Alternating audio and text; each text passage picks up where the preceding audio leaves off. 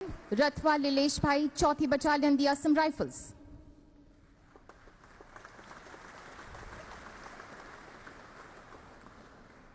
मणिपुर राज्य में तैनात राइफलमैन रथवा लीलेश भाई नवंबर 2017 में मार्ग खोलने वाली एक 3 सदस्यीय टीम, जिसे एक चौकी की स्थापना का कार्य सौंपा गया था, का हिस्सा थे।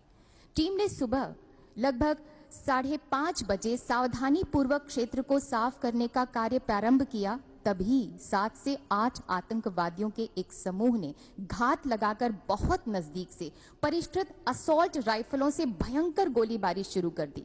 शुरुआती गोलीबारी में इनके दल के 2 सदस्य घायल हो गए।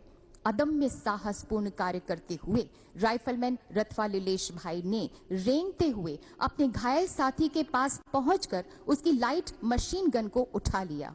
आप अदम्य साहस, सूझबूझ और युक्तिपूर्ण कुशाग्र बुद्धि का प्रदर्शन करते हुए आतंकवादियों के बिल्कुल नजदीक पहुंचे और उन पर प्रभावपूर्ण गोलीबारी कर 2 कट्टर आतंकवादी और अन्य 2 को गंभीर रूप से घायल कर दिया तथा आतंकवादियों को भागने पर मजबूर कर दिया।